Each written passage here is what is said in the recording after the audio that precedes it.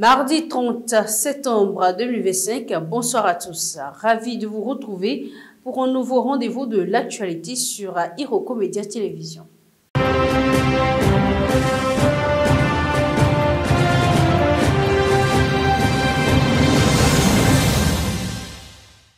Comme il est de coutume, l'actualité africaine ouvre cette édition au Madagascar. Le président dissout son gouvernement après des manifestations meurtrières. Face à une contestation grandissante menée par la jeunesse malgache et marquée par des violences ayant fait plusieurs morts, le président Andry Rajoelina a annoncé lundi 29 septembre le renvoi de son premier ministre et de l'ensemble de son gouvernement. Une décision qui peine toutefois à calmer la colère dans la rue. Après plusieurs jours de manifestations à Antananarivo et dans d'autres villes, le chef de l'État malgache a prononcé une allocution télévisée de 17 minutes. Il a présenté ses condoléances aux familles des victimes, reconnu les failles de son équipe et annoncé la dissolution du gouvernement en s'appuyant sur l'article 54 de la Constitution. Un nouvel exécutif sera formé dans les prochains jours à l'issue de consultations et d'un appel à candidature ouvert même aux Malgaches de la diaspora. Ce dernier a promis un gouvernement au service du peuple, loin de la corruption, et a annoncé des aides pour les entreprises victimes de pillage. Mais cette décision n'a pas satisfait la jeunesse mobilisée, notamment le mouvement Gen Z, qui réclame désormais la démission pure et simple de Rajoelina, du président du Sénat, ainsi que le jugement de l'homme d'affaires Mami Ravotomanga, accusé de collusion avec le pouvoir. Sur le terrain, la contestation s'intensifie. Parti au départ d'un ras-le-bol lié aux coupures d'eau et d'électricité et élargi aujourd'hui à une remise en cause du régime. L'ONU, de son côté, se dit choquée par la répression, affirmant qu'au moins 22 personnes ont été tuées et une centaine blessées, un bilan contesté par les autorités malgaches qui parlent de désinformation.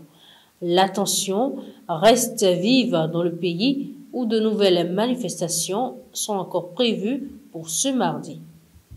Hors de l'Afrique, à prison lors du Forum de sécurité de Varsovie, le président ukrainien Volodymyr Zelensky a proposé à ses alliés européens de bâtir un système de défense aérienne conjoint pour contrer les incursions répétées de drones et d'avions russes en Europe de l'Est. Intervenant en visioconférence, le dirigeant ukrainien a appelé la Pologne et les pays de l'OTAN à unir leurs moyens militaires et industriels pour mettre en place un bouclier fiable contre les attaques aériennes. L'Ukraine, riche de son expérience, s'est engagée à former des soldats polonais à la lutte anti-drone. Les responsables de l'OTAN estiment que Moscou tête la réactivité de l'Alliance par ses violations de l'espace aérien qui concernent aussi bien les pays baltes que la Pologne. Le général Piotr Blazheus, commandant de l'Eurocorps, a averti que la menace russe visait désormais l'ensemble du continent, y compris des capitales comme Paris. La coopération militaire avec Kiev était au cœur des discussions avec un appel de l'Allemagne à renforcer les liens industriels entre l'Europe et l'Ukraine. Toutefois, Berlin a prévenu que ce projet nécessiterait plusieurs années avant de se concrétiser. Un sommet européen doit se tenir d'ici demain mercredi au Danemark pour approfondir ces débats dans un contexte de surveillance accrue des drones suspects au-dessus des infrastructures stratégiques de Copenhague. En République française, dans un entretien accordé aux Parisiens, le Premier ministre français Sébastien Lecornu a détaillé ses priorités budgétaires et politiques à la veille de la rentrée parlementaire. Pas de retour de l'impôt sur la fortune ni de taxe Zuckman sur les hauts patrimoines. Le chef du gouvernement privilégie la réduction des dépenses publiques au risque de tendre ses relations avec la gauche. Sébastien Lecornu a confirmé qu'un nouveau gouvernement serait nommé d'ici début octobre sans donner de date précise. Il a assuré vouloir bâtir un budget sans austérité, mais avec un effort sur la maîtrise des dépenses. Objectif affiché, ramener le déficit public à 4,7% du PIB en 2026, puis à 3% en 2029. Pour y parvenir, il prévoit de réduire de 6 milliards d'euros le train de vie de l'État et d'engager une lutte renforcée contre les fraudes sociales et fiscales. Le Premier ministre a rejeté plusieurs propositions de la gauche, dont la suspension de la réforme des retraites et le rétablissement de l'ISF. Il a aussi balayé la taxe Zuckman, préférant miser sur d'autres ajustements fiscaux. Ces choix ont provoqué de vives réactions. Le MEDEF salue l'orientation donnée, mais reste prudent sur l'impact pour les entreprises. À gauche, Jean-Luc Mélenchon et Marine Tondelier brandissent déjà la menace d'une motion de censure, tandis que les socialistes, eux, dénoncent l'absence d'efforts dans les annonces de Lecornu. La rentrée parlementaire prévue ce 1er octobre s'annonce donc sous haute tension entre débats budgétaires, crispation sociale et menaces de censure. Toujours en République française, un nouveau variant du Covid-19 baptisé scientifiquement IS-FG circule actuellement sur l'ensemble du territoire français. Résultant de la combinaison de plusieurs souches, il est surnommé par certains Frankenstein en raison de son caractère hybride. Selon Antoine Flao, professeur de santé publique à l'Université de Genève, ce variant n'est pas à sous-estimer, mais ne présente pas de danger particulier supérieur au précédent. Ces symptômes ressemblent à ceux d'un état grippal classique. La vague actuelle touche plusieurs pays, dont les États-Unis, où le pic semble déjà atteint. En Europe et en France, il pourrait survenir d'ici la mi-octobre avant de redescendre. Pour l'expert, ces vagues de Covid-19 doivent être considérées au même titre que les épidémies de grippe saisonnière pouvant impacter fortement la société et les personnes vulnérables sans pour autant justifier une inquiétude excessive liée à son surnom.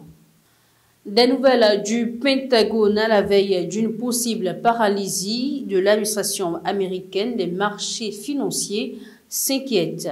Faute d'accord budgétaire, une partie des services fédéraux pourrait fermer dès mardi soir, entraînant la mise au chômage technique de centaines de milliers de fonctionnaires et le retard de prestations sociales. Cette incertitude a affaibli le dollar, tandis que l'or, valeur refuge, a franchi un record historique à plus de 3 800 $ l'once. Les investisseurs redoutent également le report du rapport mensuel sur l'emploi, essentiel pour orienter la politique monétaire de la Réserve fédérale qui doit se réunir le 30 octobre prochain. À Washington, les négociations entre républicains et démocrates restent bloquées malgré la médiation du président Donald Trump qui n'exclut pas de rendre définitive certaines suppressions de postes. Si les précédents shutdowns n'ont pas eu de conséquences majeures sur la croissance, les économistes craignent cette fois des répercussions plus marquées sur un marché du travail déjà fragilisé. Dernier point clé de cette session d'information dans la bande de Gaza, Donald Trump dévoile un plan de paix en 20 points soutenu par Benjamin Netanyahu, mais en attente du côté du Hamas. Donald Trump a présenté à Washington un plan en 20 points pour mettre fin à la guerre entre l'Israël et le Hamas. La feuille de route, saluée par Benjamin Netanyahu et plusieurs pays arabes, prévoit un cessez-le-feu immédiat, la libération des otages en échange de prisonniers palestiniens et la mise en place d'une autorité de transition technocratique excluant le Hamas. Cette administration serait supervisée par un comité présidé par Trump avec un rôle attribué à Tony Blair. Le Premier ministre israélien a exprimé son soutien sous condition en insistant sur la démilitarisation de Gaza et le maintien d'un contrôle sécuritaire temporaire par Israël. Côté palestinien, le Hamas n'a pas encore répondu officiellement, mais certains de ses responsables rejettent déjà l'idée d'être écartés de la gouvernance du territoire. Le djihad islamique a dénoncé une agression contre les Palestiniens. Le plan a reçu un large appui international de la France au Royaume-Uni, en passant par l'Égypte, le Qatar ou l'Arabie saoudite. Pour ses partisans, il constitue la meilleure chance de mettre fin au conflit et de stabiliser la région. Mais ces nombreuses zones floues et la réticence du Hamas laissent planer un doute sur son application effective. Ce sera tout pour cette journée du 30 septembre 2025. Merci de nous avoir suivis. Portez-vous bien.